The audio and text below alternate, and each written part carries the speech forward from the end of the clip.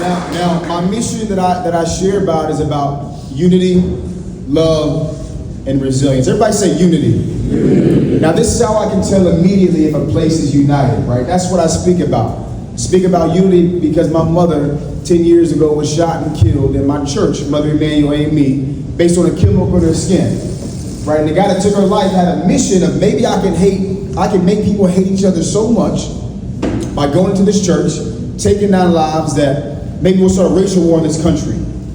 And my mission is the opposite. And so when I talk about unity, this is what shows me immediately if a place is united, okay? I call it a unity clap. It's real simple. All I'm gonna do is I'm gonna count to 3, you clap 2 times together in unison. How many times you clap? 2. Unity clap, 1, 2, 3. I was at the high school earlier, and we messed up the first 5 times, so I don't mess this up tonight, right? But that's the mission that I'm on.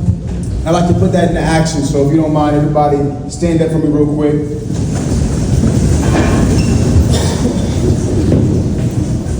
All right, this is gonna be weird, this is gonna be awkward, but we're gonna do it anyway. Everybody say anyway. Anyway. Do it anyway, okay? I need you to give somebody a hug that looks different than you and tell them that you love them. Go.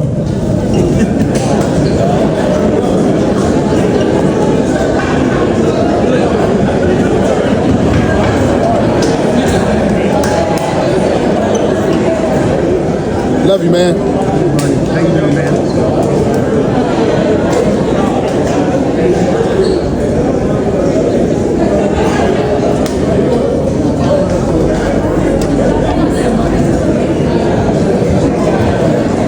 All right, after we got the hug, after we got the I love you, we can go ahead and sit. What a beautiful thing. If you got the hug, raise your hand to make sure people got the hug. I do this every time I share, right? I gave my man Luke a hug right here, and I do it every time I speak. It doesn't matter if I'm speaking to an NFL team or a college program. I'm speaking corporately, like a company like Google or Facebook or Boeing or whoever I'm sharing with. I'll say, get up, give somebody a hug, tell them that you love them. That's my mission. And after my mother was killed, I said, Mom, I can't bring you back. What I can do is be the opposite of your killer. And so that's what I'm doing every single day. And I know it's weird and it's awkward. You're giving somebody a hug that looks different than you, saying I love you to them. But that's the mission that I'm on. And I do it every single time. The only place that I don't do it, I had to stop doing it this place, because it gets a little wild, is a place called middle schools. I had to stop doing that in middle school. I was at middle school, I said, hey man, I'm here for my mom. I'm so passionate about this message of unity. I said, hey, everybody stand up, give somebody a hug, and tell them that you love them. You know middle schools are crazy, right? And they just too cool. So everybody stood up, they're like, man, I ain't doing nothing, bro. Staring at me, right? And I don't care, I let it be awkward for an hour straight. But there was one student that stood up in front of everybody, and what he did was he walked over in front of the whole school. I mean, like the courage this guy had. He walked in front of everybody, and he locked eyes with his crush. I'm like, yo, that's not the kind of love I'm supposed to be bringing to the school, right? I'm thinking, shoot your shot, right? And so he goes over to his crush in front of the whole school. He looks at her, and real soft and smooth, he says, I love you in front of everybody, right? And I'm like, this guy, it's like a Hallmark movie, okay? And he says that to her, and she looks at her in front of the whole school, Jamal. She said, boy, if you don't get out of my face. And I was so embarrassed. I was like, y'all give a round of applause. I was so embarrassed. And so but I do it every time that I share it for a couple reasons, right? I said hug somebody that looks different than you because of the reason why my mom was taken away. The chemical in my skin, the same chemical that makes me the color that I am, the chemical that you don't choose to make you the color that you are is the reason my mom was taken away. And I think that's wrong for people to be judged and hated based on the chemical in their skin. And even right now, people are getting, I say, where are you from? You citizen here, all these different things are happening in our country, and I'm like, man, that's the opposite of my mission. I'm all about love and unity and respecting every single human being. And when you play baseball, you're gonna play baseball with the world, so you better start learning how to say Kalo K, because you're gonna be playing with people from all over the world. Another reason why I say give somebody a hug and tell them that you love them, as I look back on that banner back there, it says, know the athlete. And they cross out the athlete. And it says, know the human. Everybody say human. Human. We play sports, but we are human beings that go through real stuff. And after my mother was killed, I was on this ESPN E60 documentary. And people in Connecticut, they came down, they shot this E60. They said, Chris, we want to get your first game back on the baseball field. We want to highlight that. And so I did the E60. Right after that, I was on Today Show. Flew me out there. I threw out the first pitch for the Yankees. Guys like A-Rod and Dylan Betances and Brett Gardner were all hanging out. We're playing baseball. Then I get home and there's Cam Newton at my house.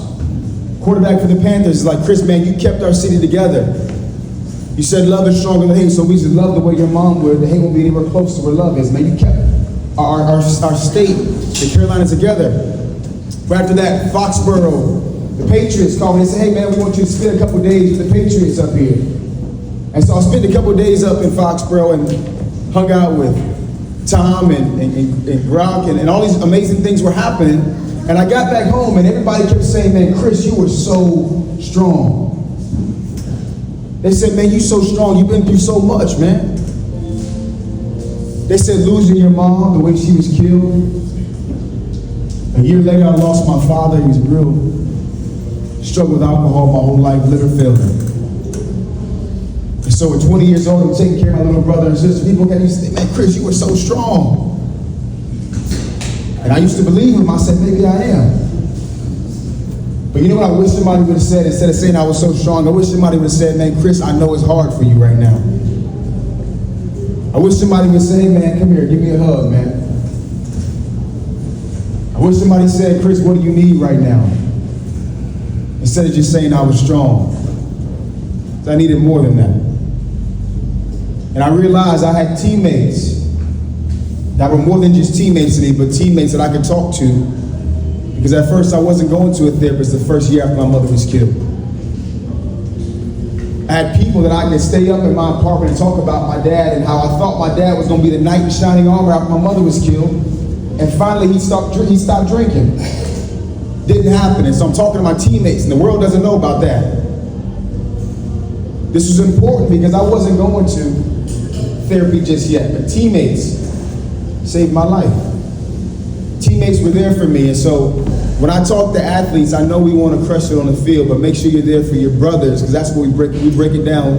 Every team that I'm a part of, we break it down. We say family, we say brothers. And I urge you guys to be there for your brothers when they need you off of that field just as well. Now the message that I want to share today, I saw this clip from Duke's women's basketball coach. Her name is Coach Lawson, and the headline of this clip that I saw, all it says is handle hard, better. Everybody say handle, hard, better. Man, I love this quote because when I thought about my life, and I'm like, man, if only, I could get drafted when I'm in college. I'm like, if I can get drafted, man, I'll make my mom proud. I said, man, if I could just do this, my life would be so much easier. I said, man, if I could just make it, then things would be easier for me. My junior season comes, my father just passes away, and now I'm saying, I gotta get drafted. First month of the season, I probably struck out 30 times in the first month. I'm supposed to get on the pace. I struck out probably 30 times, trying to hit every ball 550 feet. I kept saying, I gotta get drafted, I gotta get this. If only I could just play professional baseball, my life would get easier. I got drafted, I had my first child, I called my coaches, I called my uncles, I said, man, my girl back then, just my girl, I said, hey, I don't know how, but I said, she's pregnant. They said, Chris, you know how she's pregnant. That's stupid, right? I said, I don't know what I'm gonna do. I said, maybe if I make it to the big leagues one day, then the life will be easier. Played a couple seasons. Played my heart out, didn't make it. Got released by the Cubs. I said, man, maybe if I can share on the road and I can make money for my family, then my life might get easier. It still doesn't get easier. It's still tough. Raising my little brother and sister, making sure they go to college. They graduate like my mother and father would want us to. It wasn't easy. It's not easy now. Be on the road 100 days away from my family, having 3 beautiful kids. Life won't get easier when you go play in college. Life won't get easier if you're lucky enough to get drafted. Life won't be easy if you play a couple years in the big leagues. What's after that? What's after you get done playing? Life is going to be hard, and the reason why I love this quote is because it says, just handle hard better. For me, I make promises, and the promises that I make sure my actions don't betray my words. And so when I promise my wife, when I'm on the road, I'm going to be faithful to my wife. I make sure that promise I keep. When I tell my son, hey, daddy's going to drive home after his event in Florida to make sure he's there for your tryout tomorrow, I'm going to have a late night, but I won't let my actions betray my words. And so often as athletes, especially when we're young, we say, hey man, I'm going to do X, Y, and Z to make sure I can make it one day.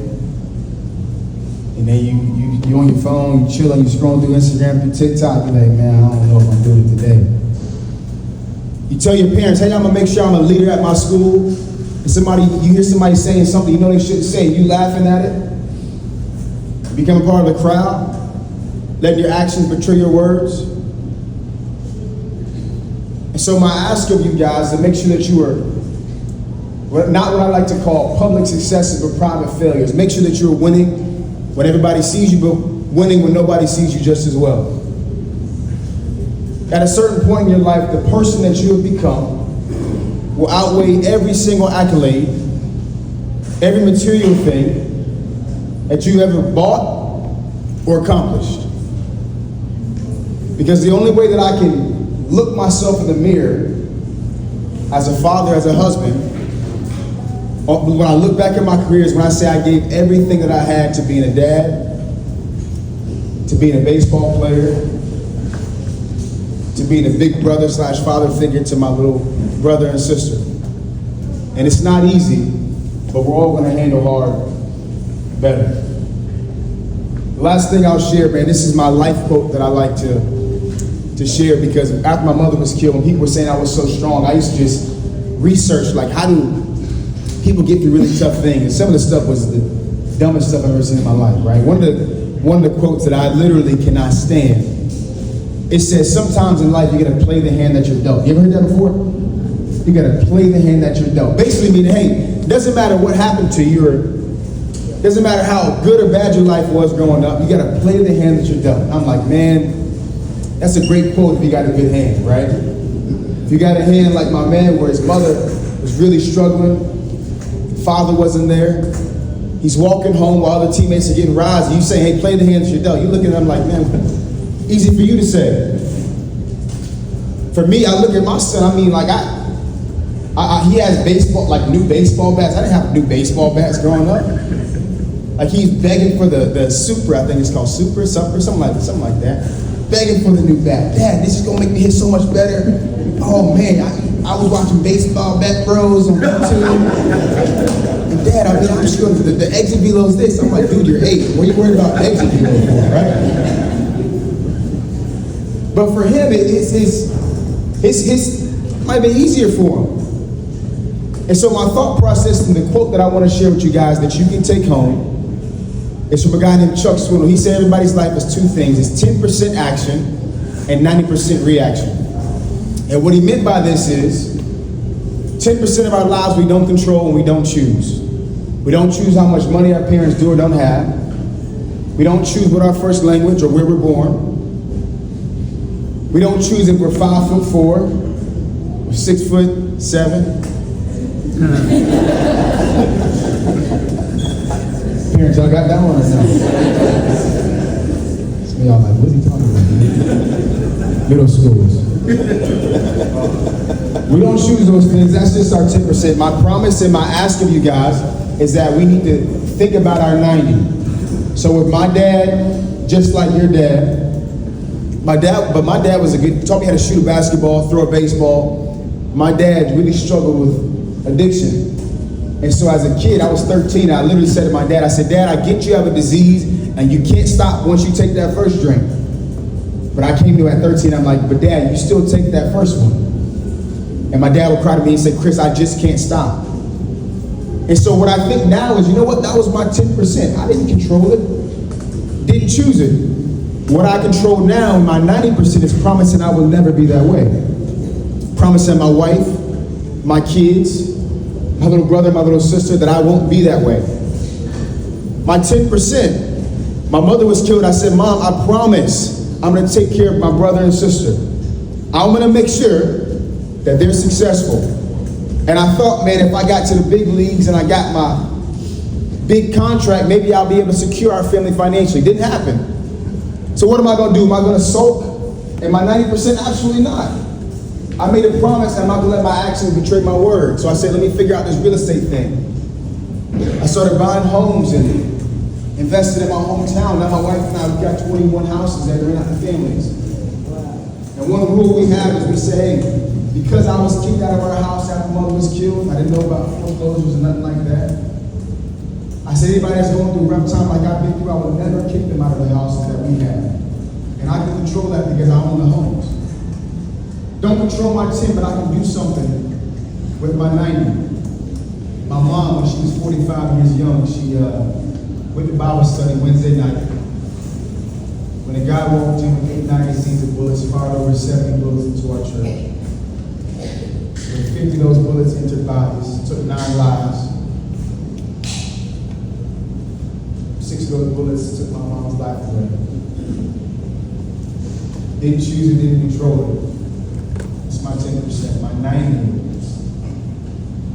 Did I go across the country reminding people I didn't choose my skin color, didn't choose my first language, where I was born, who I was born to, so I would never hate you for those things. Hopefully never hate you for them just as well. We don't choose our 10, we can all do something with our 90. So every single day do something great with your 90%. Last thing I'll share is a quote from Jackie Robinson. Raise your hand if you know who Jackie Robinson is. I had to make sure I'm in the right place. Jackie Robinson shared this quote, but the reason why I say it is not just because Jackie Robinson said that. I have a hero of mine. I call him my unsung hero because you don't know who he is. And just like some of the people that are here today that might share something with you that you keep forever, might be one of your unsung heroes when you become successful. Jackie Robinson said it, but my unsung hero, he was 26 when he went to Bible study with his mom. The same night that my mom went to Bible study. His name is Tawanza Sanders. And Tawanza goes to Bible study at 26 years young. As I stand before you guys, I'm 29 years young today. So I'm 3 years older than he was at this time. Goes to Bible study. When he gets there, the guy by the name of Dylan Group, a real human being who took my mom away, he starts firing bullets into our church. You know what my hero does? He stands up after being shot. He's up there looking at Ronnie. He stands after being shot, and he looks at this guy, and he starts pleading with the dude. He says, hey man, he says, hey, you don't have to do this right now. He says to him, hey, we mean you no harm, like you don't have to do it. But the guy that wasn't one of our teammates, wasn't one of our kids, that was taught the wrong thing, he said some more words. He said, yeah, I do have to do what he took. He took Tawanza's life. The reason why I call him my hero and an unsung hero is because when he stood up after being shot, he had his mom, Miss Felicia, who was hiding under a table. Miss Felicia is living today because her son said, maybe I can't save my life, but maybe I can save my mom's. And I like to think if I'd been in that situation, I'd have enough courage to do the same thing for my mom just as well. Not only did he save his mother's life, he had a little cousin who was in elementary school who just graduated from high school because Tawanza said, hey, maybe I can't do nothing for me, but maybe I can pay it forward. The same way Ronnie's doing, I can pay it forward for the next generation and do something for somebody else. See, he posted this quote from Jackie Robinson that day he was killed. The quote is, a life is not important except for the impact that it has on other lives. Again, a life is not important except for the impact that it has on other lives. A career is not important except for the impact that it has on other lives. Whether you play till high school, whether you play till college, whether you get drafted, whether you have a 20-year MLB career, it's not important except for the impact that it has on other lives. So hopefully today by sharing my heart with you guys, I made an impact in yours. You go out and you love people, you keep organizations like this, I know for a fact we make an impact on my